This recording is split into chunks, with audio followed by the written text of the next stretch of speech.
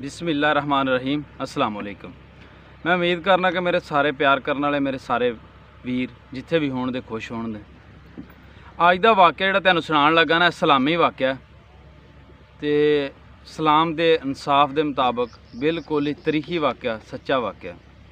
एक दफ़ा ना हज़रत उमर रज़ी अल्लाह तआला अन्हा अपनी ना अदालत दे विच बैठे ने ते उन्हां दे सामने ना एक चोर पेश किया गया।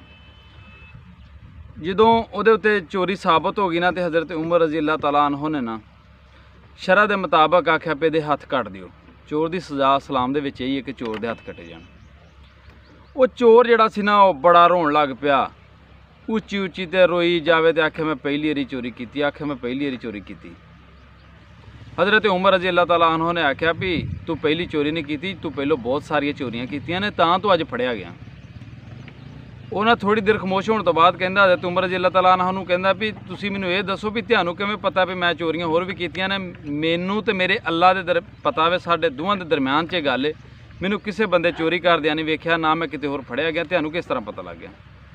हज़रत उमर उन्होंने आखदे ने कि अल्लाह पाक दी लाठी जिहड़ी है ना वो किसी ते भी जुल्म नहीं करदी कदी भी, जदों तक जुल्म करने वाला अपनी हद तो ज़्यादा ना वध जाए। मेरा अल्लाह पाक कदी भी एक कदी चोरी की सज़ा नहीं देंदा किसी नूं, वो माफ़ कर देंदा। लेकिन जदों तुसी जुल्म की हद कर देंदे जे ना फिर मेरा अल्लाह पाक जिहड़ा ना वो अपनी गिरफ्त चों लै लैंदा। इस तरह कई बार वेख्या भी कई जुर्म लोग ना सियाणे पंजाबी की मिसाल बनी कि 100 दिन चोर दा ते 1 दिन साध दा। इस तो भी साबित हुंदा वे कि अल्लाह पाक ने कदी भी किसी नूं पहली चोरी दे विच या थोड़े बहुते गुनाह दे विच कदी भी सज़ा नहीं दिंदा। अल्लाह पाक उहदे लई रहमत दे दरवाजे खुले रखदा है कि यह बंदा कदी भी तौबा करके तो वापस आ सकता है। जो लेकिन वो एक हद तो ज़्यादा गुजर जाता ना फिर उहदे वास्ते उहदे लई अजाब आउंदा वे, फिर वो अपनी गिरफ्त दे विच अल्लाह पाक दे विच आउंदा वे, फिर उहदे ते जुर्म साबित हुंदा, फिर उहनूं सज़ा हुंदी है। तो इस तरह अल्लाह पाक दे घर दे विच कदी भी ना उम्मीद नहीं होना चाहिए।